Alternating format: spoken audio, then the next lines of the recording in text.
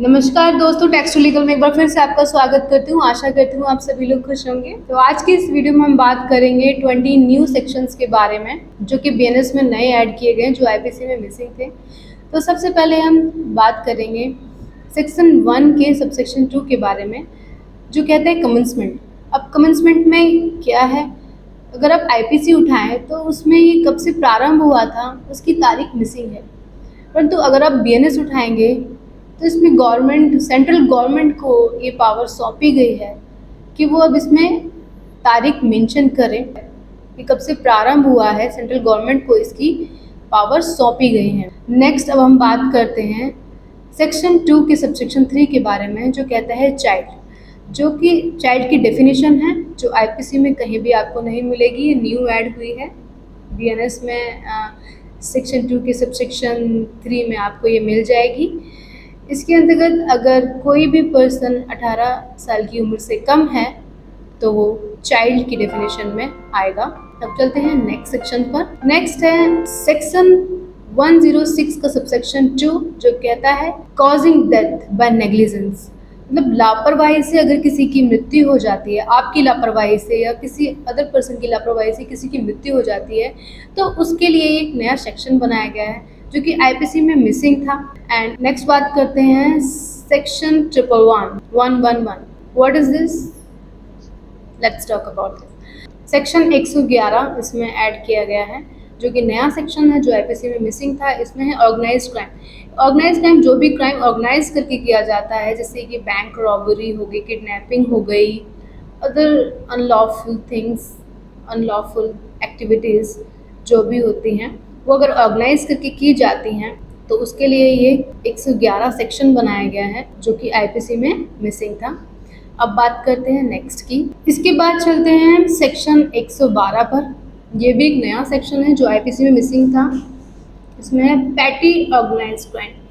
Patty organised crime से, जैसे कि इसके नाम से ही पता चल रहा है कि छोटे क्राइम्स होते हैं, जैसे कि मान लीजिए टिकट सेलिंग है, या फिर कोई क्वेश्चन पेपर है उसको सेल करना, या फिर कह लीजिए किसी रॉबरी में उस गैंग का पार्ट होना, स्नैचिंग में पार्ट होना। इस तरह की एक्टिविटीज़ अगर आप किसी गैंग का कुछ हिस्सा हैं तो उस कंडीशन में इसके लिए सेक्शन 112 बनाया गया है, जो कि पैटी ऑर्गेनाइज्ड क्राइम के अंतर्गत आता है। अब हम बात करते हैं सेक्शन 113, जो कि नया ऐड हुआ है, टेररिस्ट एक्ट। ये आपको आईपीसी में कहीं भी नहीं मिलेगा। ये बीएनएस में एक नए सेक्शन के तौर पर जोड़ा गया है। इसमें जितनी भी टेररिज्म से रिलेटेड एक्टिविटीज़ होंगी सब इसमें इन्वॉल्व होंगी। तो अगर आपको ऐसी कोई एक्टिविटीज़ से रिलेटेड जानकारी लेनी है तो आप बीएनएस के सेक्शन 113 से ले सकते हैं। अब बात करते हैं सेक्शन 117 के सबसेक्शन 3 के बारे में। इससे पहले हमें जानना होगा कि सेक्शन 117 बीएनएस का क्या कहता है। सेक्शन 117 बीएनएस का कहता है कि अगर आप किसी को स्वेच्छा से चोट पहुंचाते हैं और वही चोट जो आप उसको वास्तव में पहुंचाना चाहते थे उसे वो चोट लगी है, तो इसका मतलब आपने क्राइम किया है और उसके लिए सेक्शन 117 बनाया गया है। परंतु इसमें एक सबसेक्शन 3 जोड़ा गया है। सेक्शन 117 का सबसेक्शन 3 जो कि आईपीसी में मिसिंग था, इसलिए नया सेक्शन जोड़ा गया है। इसमें बताया गया है कि अगर आपने उसे चोट पहुंचाई है और उसकी वजह से उस शख्स की डेथ हो जाती है, उस शख्स की डेथ हो जाती है या वो डिसेबल हो जाता है, तो उस कंडीशन में आपको 10 साल तक की सज़ा या फिर इम्प्रिजनमेंट फॉर लाइफ मिल सकती है, जो कि आईपीसी में इसके लिए कोई सेक्शन नहीं था। अब बात करते हैं सेक्शन 117 के सेक्शन 4 के बारे में, जो कहता है कि अगर 5 या 5 से ज़्यादा का कोई ग्रुप है और वो किसी पर्सन को उसकी जाति, धर्म, उसकी जेंडर, उसकी भाषा, उसके प्लेस ऑफ बर्थ के बिहाफ पर उसको चोट पहुंचाता है, तो वह भी वॉलंटरली कॉजिंग ग्रीवियस हर्ट के अंतर्गत आता है। स्वेच्छा से उसे चोट पहुंचाना कहा जाता है और इसके लिए भी ग्रुप के प्रत्येक मेंबर को सेम सजा का प्रावधान दिया गया है। अब बात करते हैं बीएनएस के सेक्शन 152 के बारे में, जो कहता है कि अगर भारत की एकता, अखंडता या संप्रभुता को खतरे में डाला जाएगा तो उसके लिए क्या एक्शन लिए जाएंगे। उसके लिए एक सेक्शन बनाया गया है, सेक्शन 152, जो कि आईपीसी में मिसिंग था। अब अगर आप भारत की एकता, अखंडता या संप्रभुता को खतरे में डालते हैं और उसे किसी चित्रों द्वारा या शब्दों द्वारा या किसी संदेश द्वारा उसे प्रकाशित कर कर बदनाम करने की कोशिश करते हैं, तोड़ने की कोशिश करते हैं, तो आपका क्राइम इस सेक्शन 152 के तहत आएगा और आपको इसके तहत ही सज़ा दी जाएगी, जो कि इम्प्रिजनमेंट फॉर लाइफ है। अब बात करते हैं सेक्शन 195 के सब सेक्शन 1 के बारे में, जो कि कहता है कि अगर कहीं पर कोई दंगा हो रहा है और कोई पब्लिक सर्वेंट उस दंगे को रोकने की कोशिश कर रहा है, उसको दबाने की कोशिश कर रहा है, तो उस कंडीशन पे अगर पब्लिक सर्वेंट पर कोई भी हमला करता है या उसकी काम में कोई बाधा डालता है, तो उस कंडीशन में उसे सेक्शन 195 के सब सेक्शन 1 के तहत पनिशमेंट दी जाएगी। आमतौर पर जो ये दंगे होते हैं वो इसी वजह से होते हैं कि कोई भी एक ग्रुप है जो कि गवर्नमेंट से संतुष्ट नहीं होता है और गवर्नमेंट के लिए जो भी प्रेजेंट गवर्नमेंट है और उसके अगेंस्ट कुछ अपशब्द बोलता है और उसकी अपशब्द के साथ साथ वो भारत की या फिर जो देश की एकता, अखंडता और संप्रभुता को तोड़ने की कोशिश करता है अपने अपने शब्दों से, लिखित तौर पर या फिर कुछ भी चित्रों के द्वारा। इस तरीके से अगर वो देश में विद्रोह की भावना फैलाता है और देश को तोड़ने की कोशिश करता है, तो उस कंडीशन में पब्लिक सर्वेंट को अपॉइंट करती है गवर्नमेंट। उसमें जो भी चीज़ें हैं दंगों को दबाने की कोशिश करती है, तो उस कंडीशन में जो भी हमला करेगा पब्लिक सर्वेंट पर, तो उसके अगेंस्ट अब स्ट्रिक्टली एक्शन लिए जाएंगे और उसको इम्प्रिजनमेंट फॉर लाइफ भी मिल सकता है। अब बात करते हैं सेक्शन 197 के सब सेक्शन 1 की क्लॉज डी के बारे में, जो कहता है कि अगर कोई भारत की संप्रभुता, अखंडता, एकता को खतरे में डालते हुए फेक स्टेटमेंट्स को रिलीज करता है, उसके बारे में अफवाह फैलाता है, गलत कमिटमेंट करता है, झूठी बातें बोलता है, तो उसके लिए ये सेक्शन बनाया गया है। सेक्शन 197 का सेक्शन 1 की क्लॉज डी, उसके तहत आपको पनिशमेंट मिल सकती है। अब बात करते हैं सेक्शन 202। बीएनएस को सेक्शन 202 क्या कहता है कि जब भी कोई पब्लिक सर्वेंट किसी भी बिजनेस में इन्वॉल्व होता है, कोई भी अलग व्यापार करता है, पब्लिक सर्विस के अलावा और भी कुछ साथ में करता है कोई भी कार्य, तो उसके लिए पनिशमेंट है और उसमें फर्स्ट टाइम कम्युनिटी सर्विस की पनिशमेंट दी गई है, जो कि आईपीसी में से पहले कभी नहीं था। आईपीसी का सेक्शन 168 था, जिसके अंतर्गत अगर कोई भी पब्लिक सर्वेंट पब्लिक सर्विस के अलावा साथ में कोई भी बिजनेस या कोई व्यापार करता है, तो उस कंडीशन में उसे पनिशमेंट दी जाती थी, जिसमें पनिशमेंट होती थी 1 साल तक की पनिशमेंट या फिर जुर्माना या फिर दोनों ही उसे मिल सकता था। परंतु अब इसके लिए जो पनिशमेंट है बीएनएस में, एक तो सेक्शन का नाम चेंज कर दिया गया है, सेक्शन 202 कर दिया गया है और उसमें जो पनिशमेंट है वो कम्युनिटी सर्विस की पनिशमेंट दी गई है।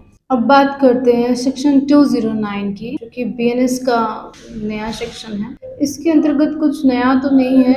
इसमें बोला जाता है कि अगर नन अपीयरेंस, मतलब अगर आपको कोर्ट में बुलाया गया है, आपको जाना है, परंतु आप नहीं जाते हैं, तो उसके अगेंस्ट आपके लिए एक्शन लिए जाएंगे और वो सेक्शन 209 में डिस्क्राइब किए गए हैं, जिसमें अगर आप बीएनएसएस की सेक्शन 84 का सबसेक्शन 1 देखते हैं, तो उसमें कम्युनिटी सर्विस का प्रावधान है, जो कि आईपीसी में मिसिंग है, वो नहीं था उसमें।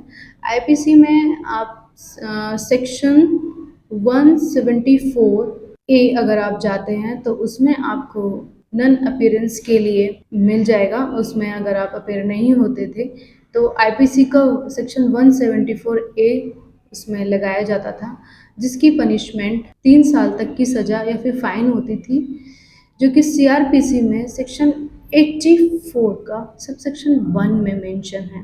ठीक है, तो यही एक माइनर चेंजेस है, मतलब अब 3 साल की सज़ा की जगह अब आपको कम्युनिटी सर्विस की पनिशमेंट दी जा सकती है अगर आप कोर्ट में अपीयर नहीं होते हैं तो। अब बात करते हैं सेक्शन 226 के बारे में, जो कि कहता है कि अगर आप कोई सुसाइड कमिट करने की कोशिश करते हैं या सुसाइड करते हैं किसी भी कानूनी कार्यवाही को रोकने के लिए, तो उस कंडीशन में आपके अगेंस्ट एक्शन लिए जाएंगे और वो सेक्शन 226 में डिफाइन किए गए हैं।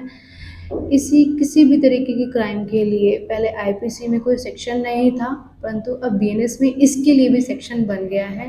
तो अगर आप चाहते हैं कि कोई भी कानूनी कार्यवाही रुक जाए और उसके लिए आप चाह रहे हैं कि आप सुसाइड कमिट कर लें, तो अब वो पॉसिबल नहीं है, आपके अगेंस्ट एक्शन लिए जा सकते हैं। अब बात करते हैं बीएनएस के सेक्शन 304 के बारे में, जो कि न्यू एडिशन है। सेक्शन 304 स्नैचिंग के लिए बनाया गया है। पहले आईपीसी में स्नैचिंग के लिए एक स्पेशल कोई सेक्शन नहीं बनाया गया था। उसमें सेक्शन 379 एंड 356 को ऐड करके स्नैचिंग के लिए बनाया जाता था। उसके अंतर्गत ही पनिशमेंट और एक्शन लिए जाते थे।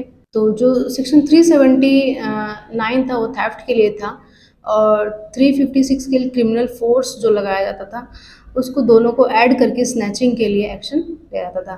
परंतु अब क्या हो गया है, अब बीएनएस में से स्पेशल सेक्शन बना दिया गया 304, बस यही चेंज हुआ है। अब बात करते हैं बीएनएस के सेक्शन 305 के बारे में, जो कि क्या था, ये भी एक थेफ्ट के बारे में है।